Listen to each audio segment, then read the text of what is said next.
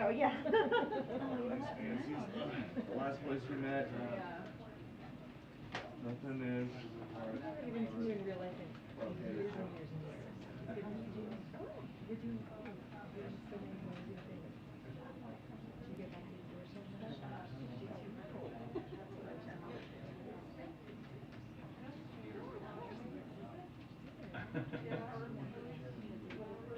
Surprised with it.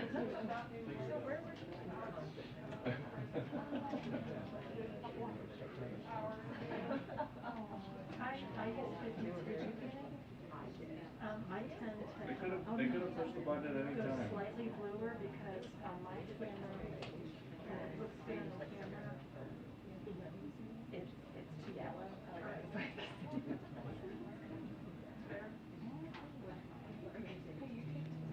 Yeah.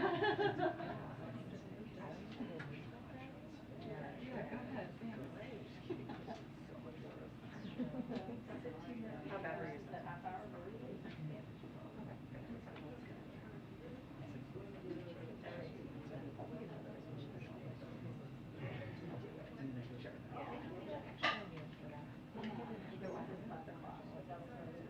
Right.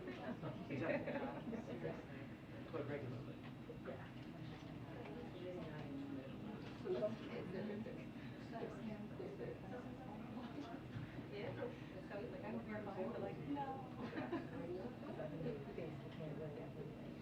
When did your husband?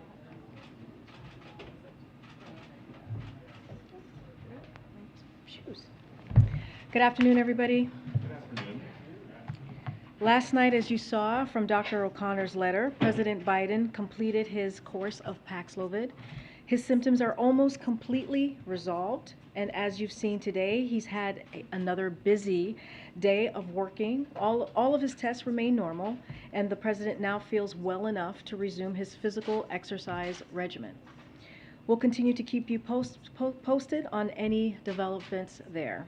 But today, with Chips for America moving ahead in the Senate and ahead of Q2 GDP on Thursday, we wanted to bring in Brian Deese, Director of National Economic Council, to answer your questions directly on all of the economic news of the day. And with that, Brian?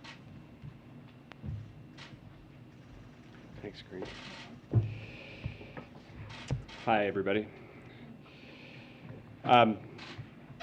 I just wanted to start with a couple of updates on some of our core economic priorities here at the White House, and then happy to take your questions.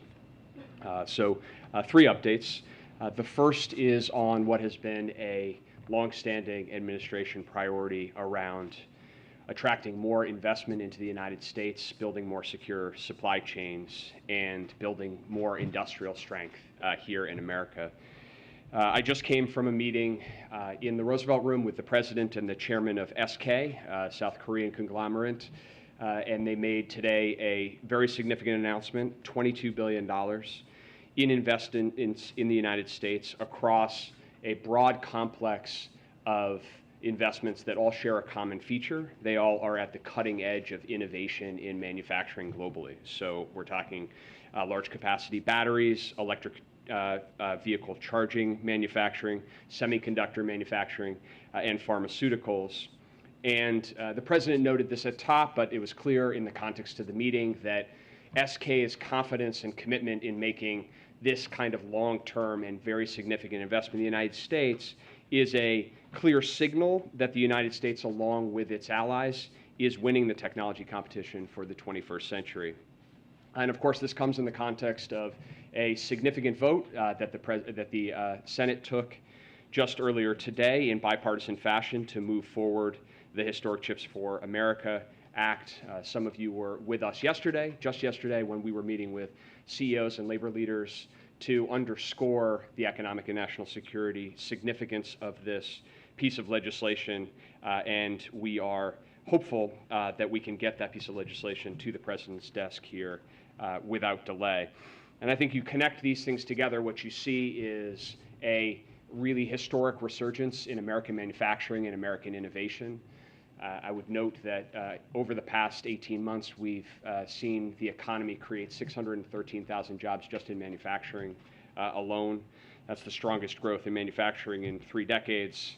And again, I think it demonstrates that in the aggregate, across investing in infrastructure, working with partners and allies, prioritizing research, prioritizing things like semiconductors, we are building an innovation ecosystem here in the United States to attract this investment, particularly in the context of a period prior to this when we were seeing more and more of that investment go to China. Second priority I just wanted to update you on is energy and energy markets. I hope that you are all aware and have seen the progress that we're making on gas prices coming down here in the United States. But as you've heard the President say, and certainly our team's focus is to keep up on the key policy priorities that are helping to stabilize markets even in the face of global uncertainty and a globally uncertain energy market. And so I would just note today, again, 2 pieces of news. The first is that the Department of Energy published its next notice of sale for release of oil from the Strategic Petroleum Reserve. These releases have really proved critical over the last several months when I think I was here initially and announced that the President had directed the goal of releasing 1 million barrels a day. A lot of the questions that you and others had was whether this was even feasible, whether it was actually feasible to sustain putting 1 million barrels a day onto the market consistently. We've now demonstrated that that is the case, and a new analysis out from the Treasury Department today underscores the significance that that collective release from the United States and our allies has reduced gas prices by about 40 cents a gallon compared to where we would be had the President not directed that action and worked with our international partners. The second is the administration, the Department of Energy, is proposing a new rule today that would allow DOE to enter into forward contracts to purchase oil from the Strategic Petroleum Reserve in the future at a fixed set price. This sounds a little wonky, but bear with me. It's actually quite important. What it means is that producers, oil producers, have more certainty about future demand for their product because the Department of Energy, having released significant oil onto the market, is now going to be a significant purchaser of oil into the future. So with this rule in place, they will be able to enter into fixed contracts to buy at a set price.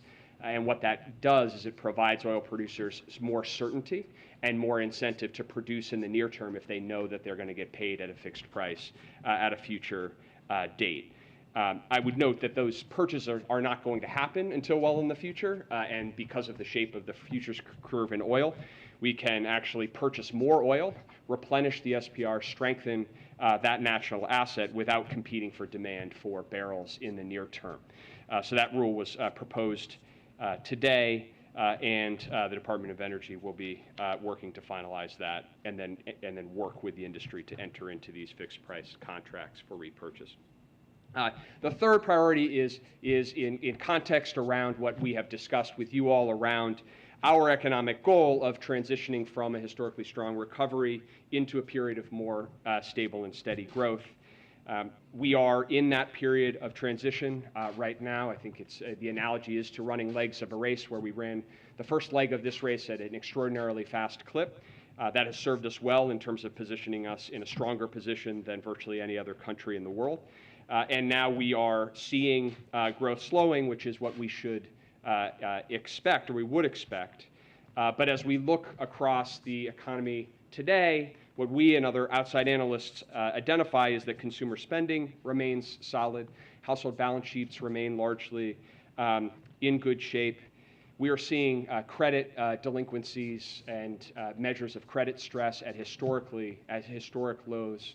Credit card delinquencies at a 15-year low, mortgage delinquencies at a 30-year low. And we are seeing industrial output sustain and in positive territory 5 of the last 6 months. And so the totality of the economic data is consistent with that type of transition and is not consistent with a recession. Just to dig into that a little bit, a couple of points. One is on hiring, and I think we have a chart here. But just to explain what you're looking at here, during the second quarter, the economy created 375,000 jobs a month. So that's the yellow bar on the far side. In the first few months of every recession since the 1980s, the economy lost jobs. And so historically in the United States, when we're in a recession, I think this is sort of typical common sense understanding of recession, but it also happens to be the case, the economy is losing jobs. In the second quarter of this year, there was record-setting job creation. In fact, if you look at the period immediately preceding recessions in the United States, job growth is roughly 1/3 of what it was in the second quarter. So what we're seeing on the labor market side is a continued resilient, strong labor market recovery. On spending and investment, again, what economists think about as core to the economy's strength, what consumers are doing in terms of spending, what households are doing in terms of investment in businesses. Real private final demand, which measures consumption and investment by consumers and businesses. It grew at 3% in the first quarter. It's expected to grow in the second quarter. And then again, that's in contrast to what we see typically during recessions. So I just want to make a final note on the definition of recession, which has been an issue that I know many of you have reported on. As Secretary Yellen said on Sunday, 2 negative quarters of GDP growth is not the technical definition of recession. It's not the definition that economists have traditionally relied on. There is an organization called the National Bureau of Economic Research, and what they do is they look at a broad range of data in deciding whether or not a recession has occurred. That is the process that economists and administrations have used for years and decades to identify when a recession has occurred. But from the president's perspective, putting that technical question aside, the most important question economically is whether working people and middle-class families have more breathing room, they have more job opportunities, their wages are going up in a stable way, and they're able to afford the important things in their lives, from food and gasoline also to health care and prescription drugs, and afford education for themselves and their children and otherwise. And that is what has animated his economic strategy. It's what his focus is on. It's why you have seen him as focused as he has been on trying to work to take policy actions that will lower prices and lower costs for American families in this moment, even as we work to bring inflation down and effectuate that transition to a more stable and steady state. So with that, let me pause and happy to take any questions you may have. Thanks, Brian. You've spent a lot of time in the White House as this week trying to explain why you believe that the U.S. is not definitionally in a recession. But why should the average American who is really concerned about their personal economic situation and their wages aren't increasing as fast as inflation, they're struggling to put food on the table, fill up their tank, why should they care if the U.S. is definitionally in a recession or not? Yeah, it's a great question. It was what I was trying to underscore in terms of where the president really centers on in terms of his economic policy and his economic goals. At core, what his focus is and the direction to his team is to say, are we putting in place the right policies and the right strategies that will help those working Americans, middle-class families, achieve some measure of economic security and economic dignity, and be able to have upward economic mobility as well. And I think if you look at the progress that we have made over the course of the last 18 months, we have made historic strides in many areas, not the least of which has been the pace of this historic economic recovery and the return of job growth, the increase in wages, particularly for those at the bottom end, the equitable nature of this recovery. And we have a serious inflation challenge, which is hitting economies around the globe, but is hitting Americans. And that's why you have a president that is focused as acutely as he is on what we can do to actually lower prices right now. And I would say that the reduction in gas prices that you've seen over the last couple of weeks is providing some measure of breathing room. Not enough, but some measure of breathing room. The steps to pass the CHIPS bill, as we've discussed, will make a big difference in terms of not only jobs here in America, but increasing the supply, building the resilience of our supply chains, which we have seen have been so connected to increase costs. So that's where the president's priorities are, and that's where he's focused.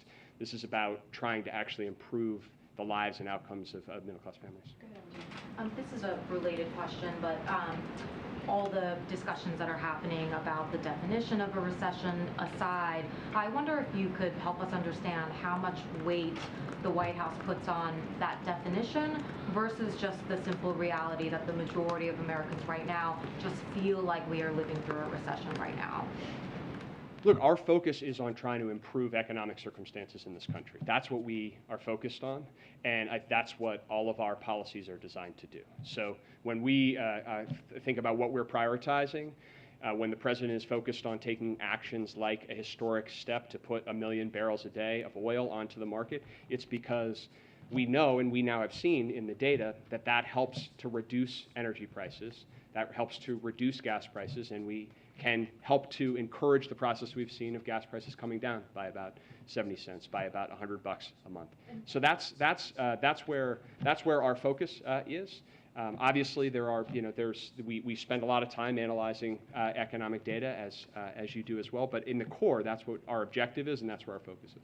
And just as his economic advisor, do you think that the president currently is sort of able to fully understand, internalize the fact that I think a recent CNN poll said that 64% of Americans believe the country is already in a recession? Do you think his travels, his meetings, the conversations he's able to have with people from the White House, that has been enough for him to really understand that? Look, I think that President Biden, before he ran for office, as president and now, is somebody who deeply understands what it means to be in a family where you're sitting around a kitchen table. You all have heard him say this multiple times, but it's because it's his lived experience to sit around a kitchen table and understand what it means when the price of gas goes up or the price of food goes up. And that's why you hear him, when he is talking about economic issues, go directly to that as the core of understanding that's the challenge and what can we do to address it. It's also why you're going to hear him be as emphatic as he is about why, when something like gas prices come down, that means that those same families are getting a little breathing room. And that's, I'm using his terminology about how he communicates about this issue, that it's that breathing room. It's that when you get to the end of the month and you have enough to make things add up, that certainly animates him, and you've heard that from him repeatedly. On that breathing room, gas, of course, is down. You guys have been touting that down over the past month, but in other areas, things like food and rent still appear to be climbing. Is it the White House view that inflation has peaked? So it's our view that inflation is the top economic priority that we need to be focused on as a country. And it is our view that if we move out more quickly and more aggressively on the types of steps that the president has outlined, then we are going to move more quickly to helping to bring prices down. So you talked about some of those costs. Well, one of the big cost drivers that families are facing is the cost of health care and prescription drugs. And we have an opportunity, and the president has been fighting for some time, to finally do something to reform prescription drug pricing, to bring down the cost for seniors, for families, for people with chronic conditions, and also bring down the cost of the federal government. And reduce the deficit in a way that would be complementary to the Fed's policies. So that's our view, and that's why we're putting the priority that we are on getting more progress on these policies. Brian, the president's economic advisors were telling us last year that inflation was going to be temporary. That's not true. Now the president's economic advisors are saying there's not going to be a recession. Are you sure? Well, let me just say this. We look at a range of data, we assess that data, and we lay it out for ourselves and for the president.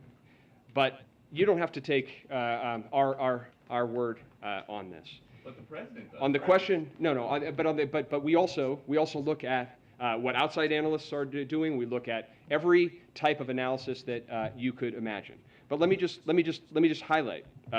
So, Citigroup.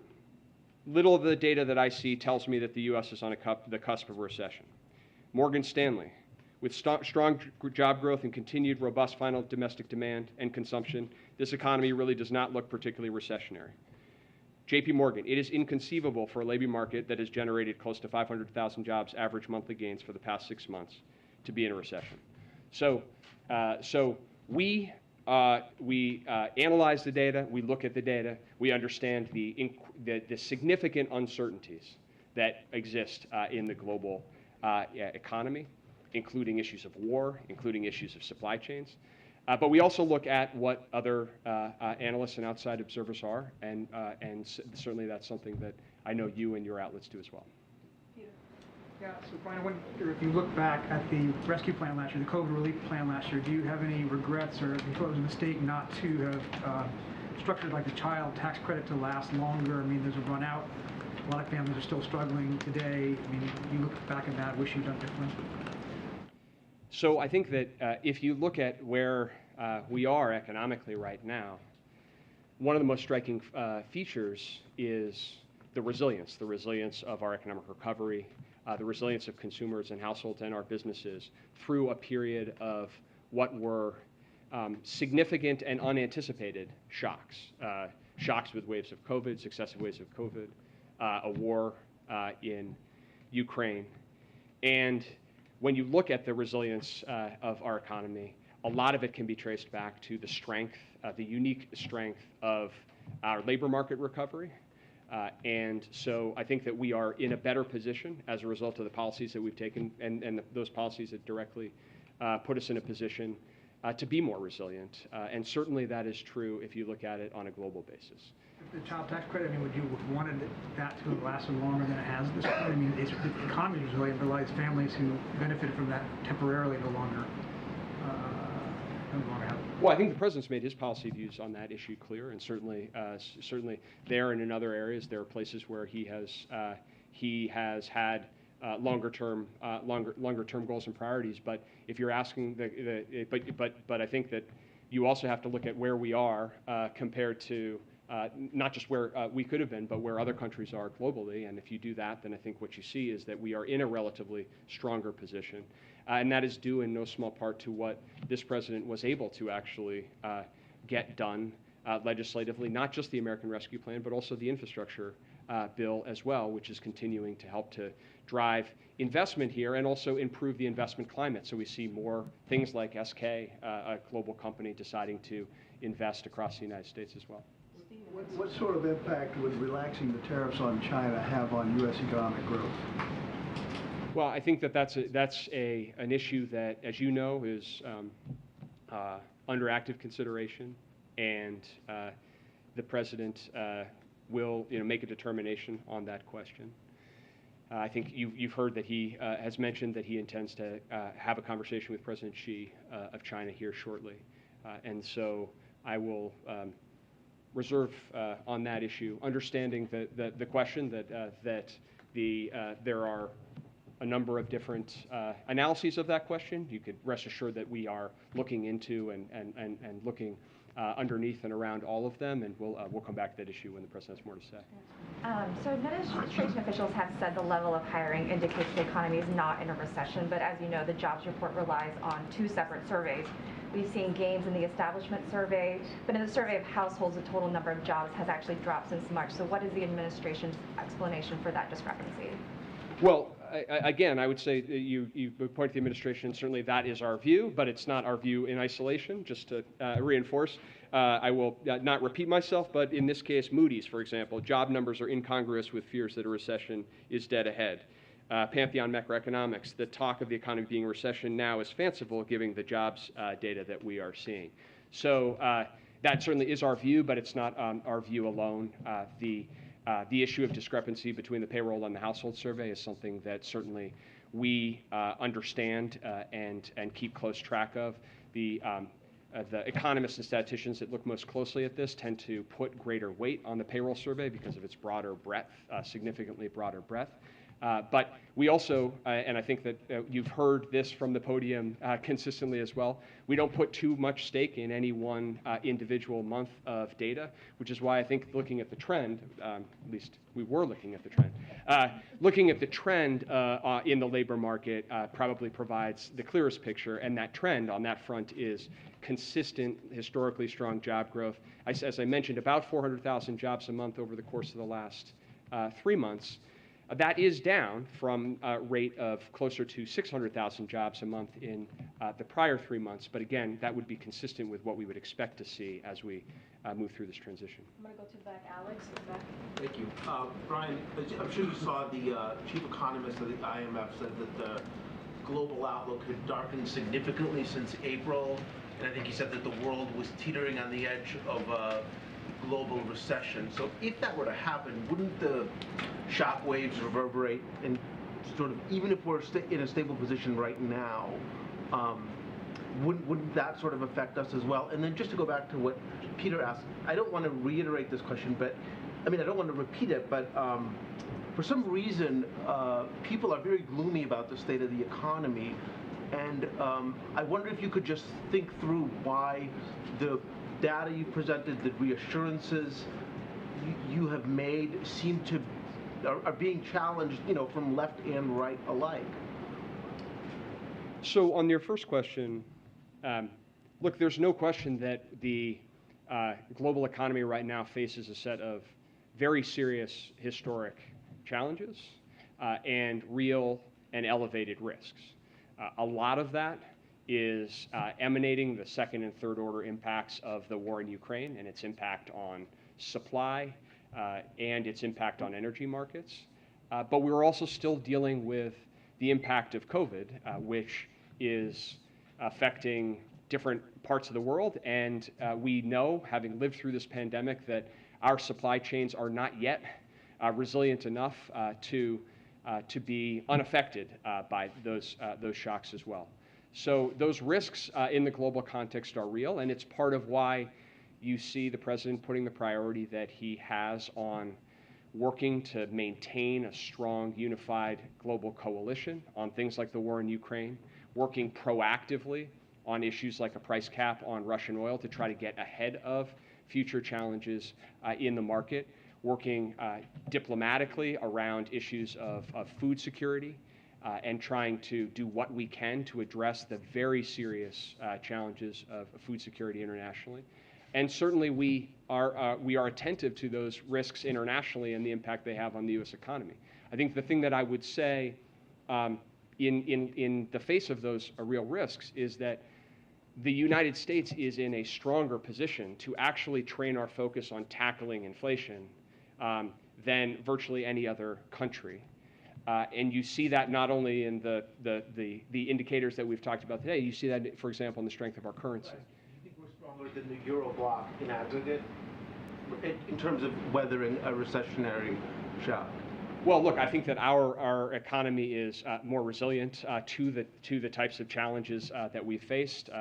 For example, with respect to food, we're a net exporter of agricultural commodities, and obviously the high prices are hitting Americans very hard, but they're in a way that is different from some places that are facing famine, for example.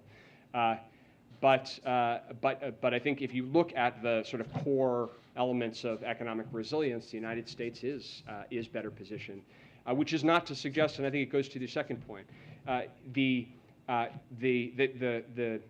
challenges that American families are facing and the concerns that they have about the cost of food, the cost of gas, the challenges of supply chains that are still not fixed so that things don't work the way that they always have. We understand, the president certainly understands, those challenges are real and they're affecting people in their daily lives.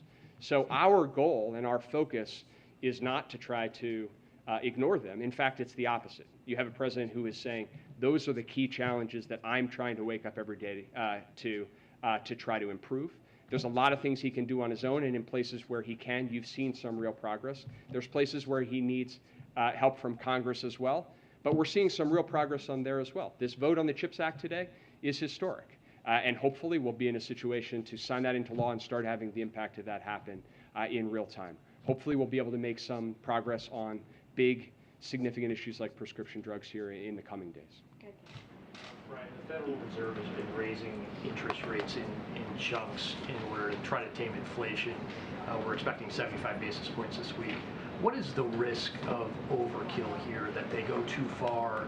And do you think that so-called soft landing is still attainable? So, as you say, the Fed is operating its course on monetary policy, and this will not surprise you. I will leave that to the province of the Federal Reserve. I think that if we look at where we are in this transition, then certainly we believe that we not only can we move through this transition and get to a place of more stable growth without having to give up those economic benefits, but that we've identified, as the Fed operates and takes the steps that it will take, we have identified a set of very clear steps that we could take, and that we could take working with Congress to actually help to increase the prospect that we get to that goal.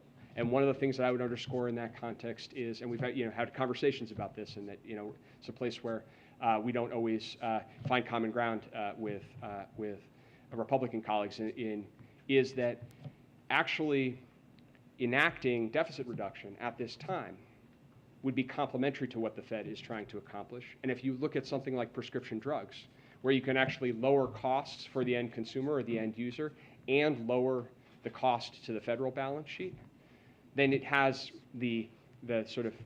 all of the attributes that you would want at this moment to try to reduce price pressures in the economy and reduce price pressures for individuals' families' balance sheets. Just two quick questions on NEC projections. Is it, to level set and get it on the record, is it NEC's projection that the second quarter numbers will show positive growth or negative growth? So I will wait, as all of you will, to receive that data. We don't have the data, obviously, and we will not receive it until the appropriate time. And until then, I will leave it there. You have no expectation one way or the other? We are looking at every analysis and every projection that is being made, but we will wait and see where those numbers come out. So when it comes to the strength in the labor market going forward, if there is a picture that shows that the U.S. economy has shrunk over the first half of this year, at a time when inflation is at a 4+ decade high, at a time that the Federal Reserve is increasing interest rates, is it sustainable for there to be a strong, hot labor market in this country going forward? So we have a strong labor market, and we believe that the goal of our policy is to bring down inflation while maintaining strength in the labor market. That is the goal, and we believe that that is achievable, and that the policy steps that we are outlining would help increase the likelihood that we can get to that goal. Thanks. Brian, I'm curious how concerned you are about reports that U.S. retailers like Walmart, which came out last night, are reporting that inventories are piling up and consumers are foregoing pricier items. Well, I would say we're seeing a number of, I won't speak to any one individual company, but I think what we're seeing across consumer categories is that consumer spending overall continues to hold up. The composition of that spending is changing. We're seeing less spending on goods, more spending on services, and we are seeing some discounting activity as well. But I think that with respect to the question of inventories and discounting, this is also one of the issues of transitioning. That there was a period of time where the concern was companies couldn't get enough inventory and they were working through supply chain challenges. Certainly, it's clear that at least a number of companies across the economy may have ordered on inventory and are now seeking to actually discount prices. That discounting is again part of a process and can mean some good news for the American consumer. But I think in the aggregate, consumer spending is continuing to sustain at the macro level. And then one follow-up to Steve's question on the China tariffs, which I know you guys have been discussing internally for a long time. But did I understand you right that you're not giving us your internal projections of what cutting a portion of the tariffs would do to ease inflation or impact growth until the president makes his announcement? So you're not giving us anything ahead of time, like how you're viewing the debate, which is playing out internally and externally? Obviously, lots of stakeholders have thoughts on that. Yeah, I'm gonna leave our commentary on that issue for the president. As I mentioned, he's gonna be having a phone call, and we'll come to that issue when he's ready to do so. How do you explain the drop in the consumer confidence index today?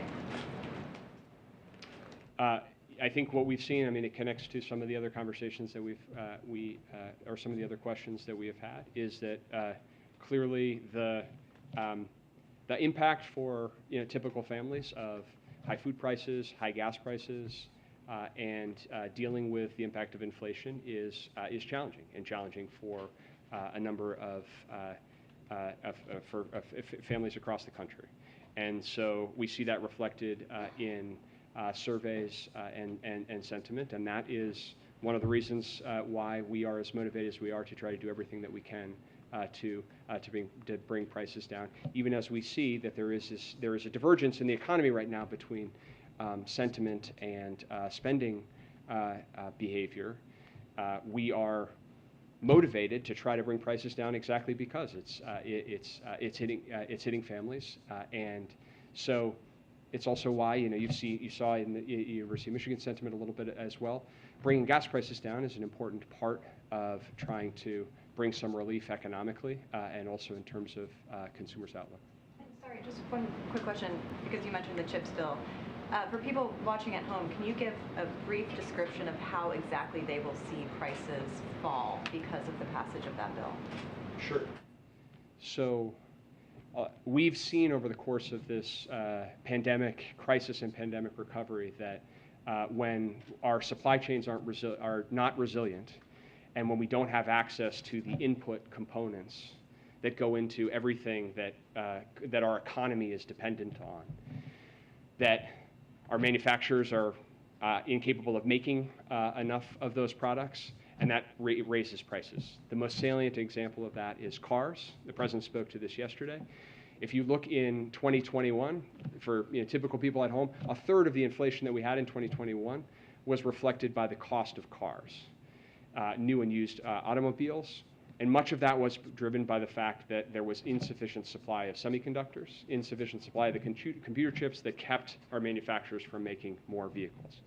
So we need to increase production and supply of semiconductors. Doing so will actually allow our manufacturers to produce more goods, not just cars, but consumer electronics, appliances. Semiconductors are in almost each of you is carrying or engaging right now with products that have multiple semiconductors in them. And having more supply will do so. Even as this bill will help to encourage multi-year investments in the United States, there are companies all around the world right now that are making decisions this week and this month on where they are going to invest and how much they are going to expand.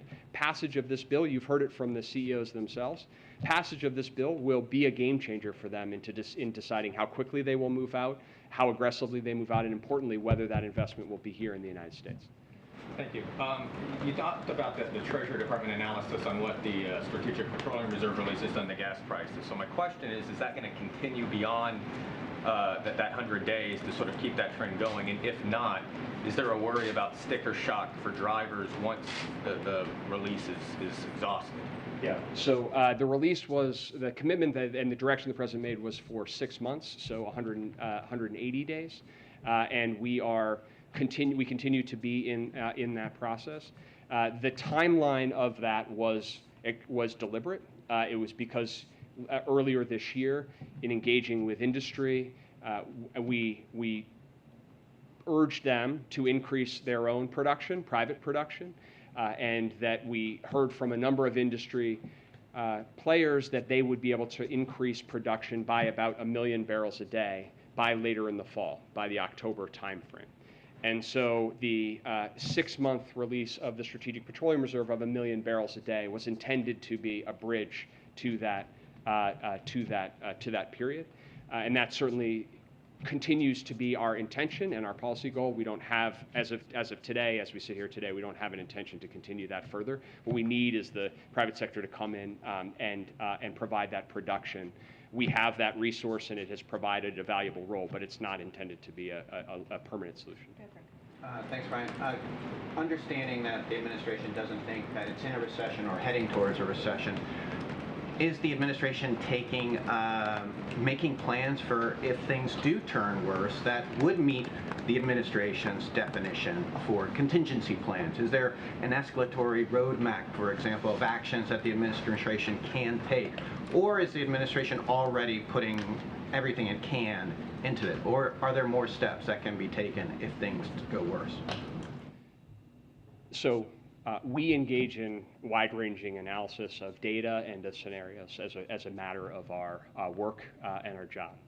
But our focus is actually on policies that will improve the prospects of us moving forward and bringing prices down without giving up the economic gains that we've made. So our focus and our priority right now is on a set of very important steps that we can make progress on, as I've mentioned, around chips, but also around prescription drugs, around providing some degree of deficit reduction, reducing utility bills, maintaining progress toward lower cost sources of energy, even as we take on the issues that we must with respect to climate change. Those are the focus areas, but we certainly analyze data broadly and look at a broad range of scenarios, but we train our focus on the steps we could take right now to actually make progress on the economic. For example, as Steve was pointing out, if the labor market takes a turn, are there contingency plans in place, actions that could be taken? We are always looking at broadly at both data and future scenarios. That's part of how we operate. Okay, two more. Go The President's been weighing a decision on student debt relief for more than a year now. On April 28th, he said a decision was coming in the next couple of weeks. So can you help explain why it's taking so long and when there might be an update on that decision? So the President spoke to the timeline on this issue, and I've got nothing beyond what he's said on that front. Brian, just following up on the CHIPS question, when will the first chip that's produced with money from this bill come online? So the way that this bill operates, I would answer that question in two ways. The first is, when will we start seeing the economic impact in terms of investment decision-making and production? And the answer to that is immediately. And you don't need to go any further than asking the CEOs of the chip-producing companies and the chip-consuming companies about, they have been actively weighing decisions about when and how aggressively to make investment decisions on the confidence that the United States was going to step up and do this. In terms of the actual process of then distributing and allocating the resources in this bill, that will operate over the course of time. We'll move quickly out against that process. But of course, doing that requires great care to make sure that we are clearly enforcing the taxpayer protections that are in the bill. Sure. Because you want to be careful not to conflate that this is somehow the passage of this bill is going to address supply chain bottlenecks in the near term, right? You're not suggesting that. What I'm suggesting is that if we pass this legislation, it will be the most significant thing that we have done in decades as a country to actually demonstrate a long-term commitment to building more resilient supply chains, investing in research and innovation here in the United States. That is a multi-year project. It's something that the United States has failed to do for multiple years, and we have seen the economic and national security consequences of that. And so it's something that we should have done years ago. The sooner we get started, the better position we'll be. But I'm also suggesting that we will see the impact of this in terms of companies' decision-making almost immediately. But the long-term, this is a long-term project, a long-term national project that is of vital economic and national security consequence. And the ultimate impact of that will be felt over the course of years. Ryan? Ryan, I just have one last question here. Thank you all very much. Thanks, Brian. Appreciate it. Thank you. Thank you, Brian. Thanks, Brian. Okay, just one thing at the top here. So later today, President Biden will virtually join the House Bipartisan Disabilities Caucus celebration, marking the 32nd anniversary of the landmark Americans with Disabilities Act, which afforded inclusion and access for disabled Americans.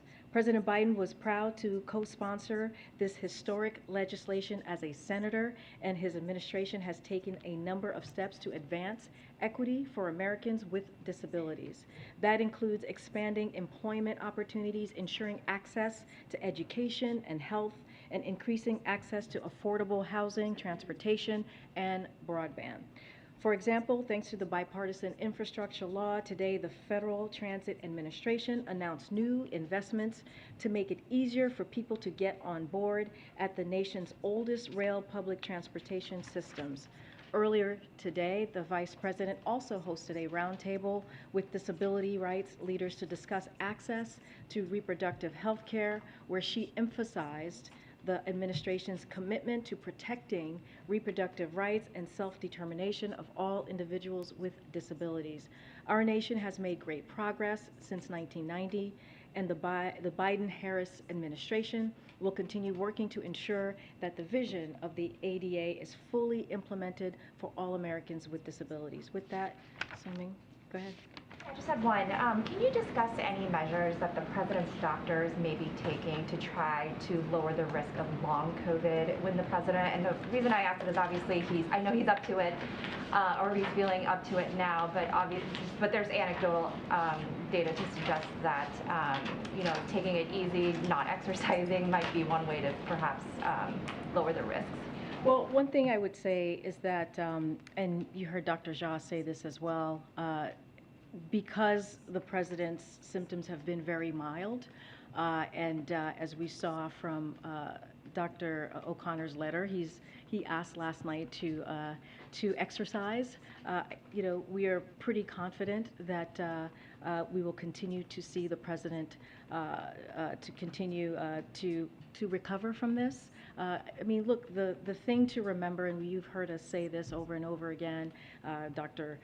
O'Connor said this in his letter, you've heard Dr. Jha say this as well, is because the president is fully vaccinated, double boosted, and has the treatment of Paxlovid, which is, we see this as a teachable moment, you've heard us say, for the American public. Who else can they, for those who have not been vaccinated or have not gotten their booster yet, learn from than the President of the United States of how important it is to get those free vaccines, to get those free booster, and to be able to get Paxlovid, and to protect and to get that extra protection. And so, again, there's a reason why he's having very mild symptoms. It's because of the work that he has been able to do, and we are pretty confident that he will continue, to get better. On monkeypox, is the administration encouraging all Americans to get vaccinated? I guess, what's the guidance? So our guidance is, first, we've had a comprehensive and aggressive response to this. That's what we deployed. We rolled out that strategy last month in June, and so once we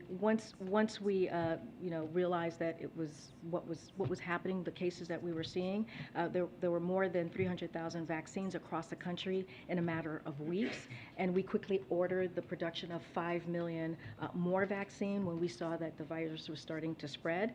What we are telling people is to make sure that HHS has also made available testing, which is really important in this process.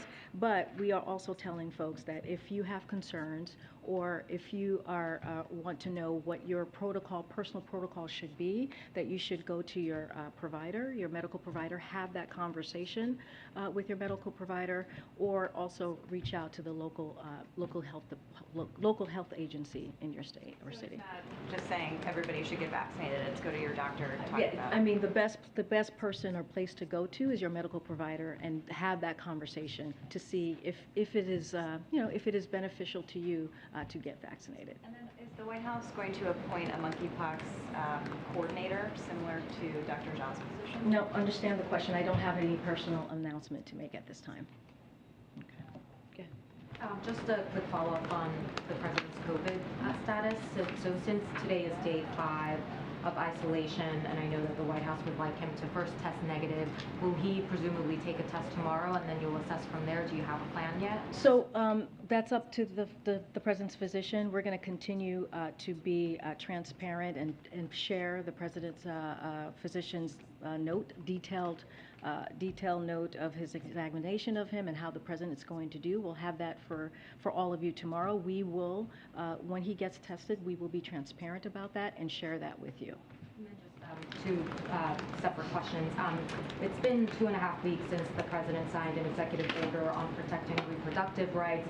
Just wanted to know, and not asking you to preview anything that's not been announced, can you say whether people should expect more executive actions from the president and any kind of timeline you can offer? I'm not going to get ahead of the policy process. The president has said he's going to do everything that he can to protect the access to reproductive health for women across the country. And we're talking about privacy, we're talking about contraception. We see what's happening on the other side with extreme policies to have national bans on abortion, which is unacceptable to us, as we've made really clear. You've seen the vice president has been out there these past couple of days. She went to Indiana to talk to state legislators as their state legislative process was moving forward, and made that clear on where the Biden-Harris administration stood. I don't have anything at this time to share with you, but also, as you know, the president has been very clear on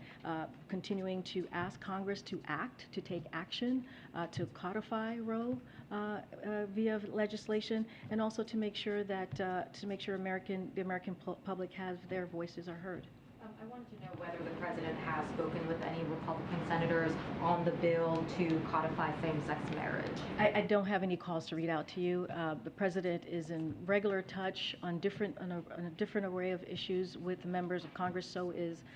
So are his offices here, whether it's the Office of Legislative Affairs or any other office in the White House that has regular conversation with members of Congress and their staff on just an array of issues. I don't have anything specific to share. Without reading out calls, can you say whether those calls have happened, period, whether those conversations with Senate Republicans on this topic? No, I appreciate the question. I just don't have anything to share with you, any specifics to share. Go ahead, Steve. What sort of exercise is he doing? Is it treadmill? I knew that was going to come. I knew, and I should have asked.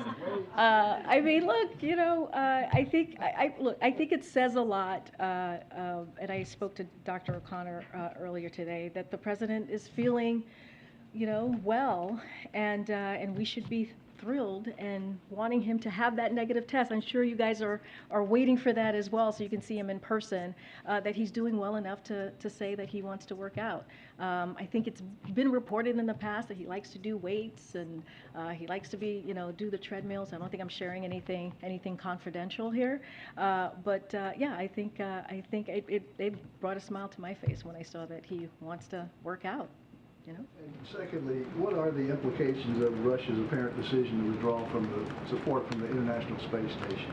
Yeah, so we saw that report as well, and so look, you know, we're keeping an eye on that for sure, and so the government has not formally notified the United States of their intentions to withdraw from the ISS. Like I said, we saw their comments, we saw the reporting on that. We are exploring options to mitigate the potential impacts on the ISS beyond 2024 if Russia does withdraw. For our part, we remain committed to working with ISS partners to ensure the safe operation of the ISS and the astronauts who are on board. I'd refer you to NASA for any additional details, specifics on that. Yeah, Karen. Just a couple on the president's COVID. When he was talking at the event today with the South Korean officials, he had said, I'm in the last day of having been diagnosed with COVID. Was he referring to the fact that he's going to get that test to potentially come back to work? You know, I actually didn't even hear that statement. My assumption is, you know, he's been isolating. This is, I believe, the 5th day of isolation. Maybe that's what he was speaking to. I didn't hear him say that. I would have to ask him directly myself. I know when I had COVID, I was ready. When I was ready to go, you feel like you're just like, oh my gosh, how can I bust out of here and really get out there and see the people. So I'm sure that he's excited he's excited. I know I said this yesterday, but it's true. He's excited to see all of us and be in person and be out there with the American public again. And so I'm sure that's what he's looking forward to. And just to get a follow-up from yesterday when I asked you about the potential of how you guys would be testing for the rebound cases, is there any clarity on when he does get that negative test of what the cadence would look like going forward on the monitoring of the Paxlovid rebound? No, that's a great question. I would have to get back to you on that. We haven't had a chance to get kind of that protocol and what that looks like.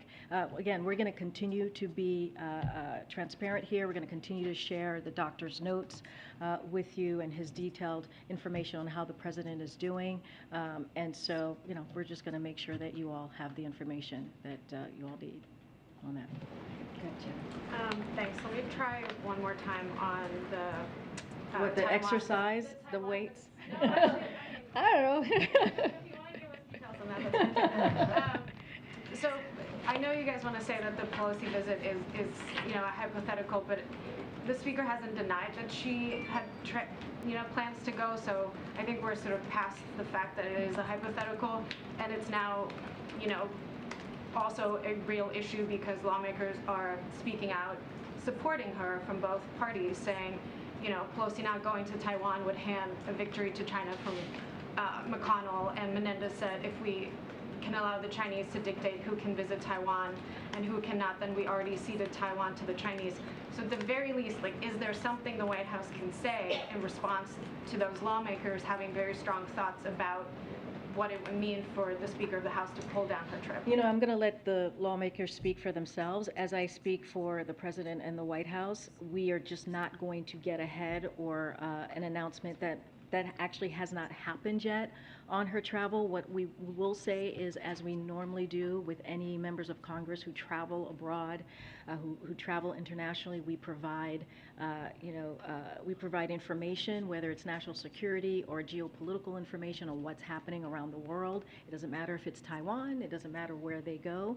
And so that is what we're going to continue to do. I'm just not going to get ahead of the Speaker. I'm sure none of us want to get ahead of the Speaker in general, but let her speak to her own travels on her own. You can't say whether the president personally would support this trip, even in a hypothetical. I mean, he said very strong things about supporting Taiwan, even militarily, and of course that was not walked back. But whether the president, personally would be in favor of such a trip or against it?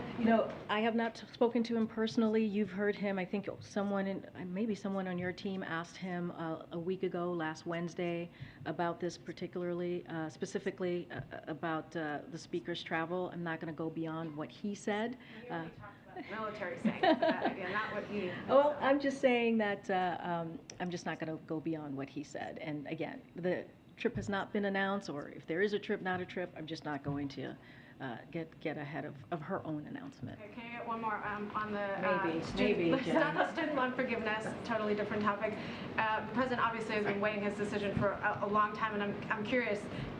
Is there anything more you can say on why it's taken so long, and whether rising prices has played a role in the fact that you guys are still internally delivering? No, I mean, look, the president understands firsthand how burdensome this could be for many Americans just across the country. That's why when it comes to loan debt, that's why he took the action that he did when it came to pausing repayment. And so, he made sure that was something that he took action on when he first got into the administration, and then took action on it again, as you all know.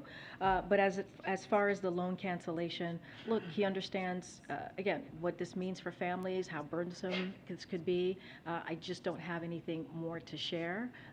And he said himself by the end of August, so that's right around the corner. That's pretty soon. I have no idea what day it is today because we're always so busy here. But he'll make a decision. He spoke to that last week, so I'll let him speak when he's ready. Okay, thanks. I just curious, is the test tomorrow that the president will take, will that be an antigen test? Will it be a PCR test? Is the decision whether to resume normal activities dependent on a PCR testing? So let me, and Dr. Jha actually spoke to this, and many of you who have probably had COVID taking a PCR is not something that you can do for about maybe, I think, 60, 90 days because it's probably going to be positive. So it probably wouldn't be a PCR test, is my guess from my experience, and I'm sure many of your experiences as well. What was the other part of your question, Franco? That was Okay. whether you thought Okay. it would be an antigen Yeah, or and PCR. and Dr. Jha also spoke to this when he was asked about this last week. Another question, I mean, what plans does the administration or does Biden have in place for the anniversary of the withdrawal from Afghanistan? Is he going to give a speech? So we'll have more to share on that, on what our plans are going to be. I don't have a speech right now to detail or anything specific about the president's schedule to share on the anniversary, but we will have more to share as we get closer, just more broadly speaking. Okay, Michael. Pacific Northwest is facing in the next couple of days record heat. It's the part of the country least prepared for this sort of weather. What's the administration doing to? Yeah, I spoke to this. I spoke to this yesterday, and how our agencies here have been pretty much activated. We've been talking. Our offices here have been talking to the governors and the local state officials who have reached out and have asked for assistance. And so I don't have anything more specifically to share, but this is something that we're monitoring, especially as we see the fires in California. FEMA is involved. We have other agencies that are involved as well. We're helping with, as we talk about the fires, firefighters, and however else we can be helpful, whether it's funding or anything, any assistance. But it is something that the president is being updated on regularly, and this is something that we are clearly closely taking a look at and monitoring. Quickly follow up on the Respect for Marriage Act. It seems as if the Democratic leadership in the Senate has two possible strategies. One is they secure 10 Republican votes and before bringing it to a vote, and the second is that they put it on the floor and they challenge Republicans to take stance. Does the White House have a position on which strategy they would prefer to see? So I'm not going to speak to the strategy of what's happening in Congress or the mechanism that they're using. I could say this, and I spoke to the president about this legislation, the Marriage Act, the Respect for Marriage Act, last week. As you know, this is something that the president has supported for many, many years. He was out front on marriage equality ahead of so many other congressional members and senators when he was himself a senator and also as vice president, as you all know. We put out a SAP last week when the legislation was moving forward, and so this is something that the president's going to continue to keep an eye on. We're going to continue to work with Congress, do everything that we can to make sure that it gets over the finish line. Okay. All right, guys. I'll take one more question. Go ahead, Chris, because I haven't called on you in a while. Thank you. So yesterday in his speech, the president said you can't be pro-insurrection and pro-democracy, and he also said you can't be pro-insurrection and pro-America. There's Democrats across the country that are spending money supporting these candidates, basically. What does the president think of that?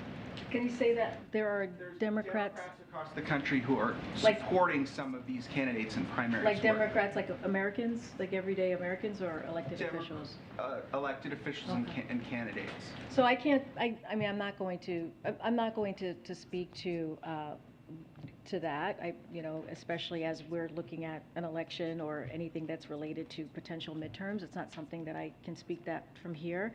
But I do want to make very clear what the president did yesterday, and he has said this before when he has talked about what the former president, his predecessor, how much he bears responsibility for what happened on January 6th in 2020. There was.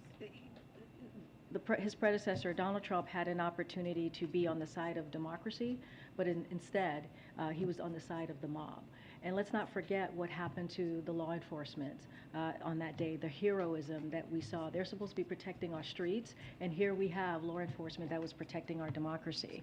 While they were doing that, they were being assaulted, they were being attacked, and by a mob that the former president clearly supported.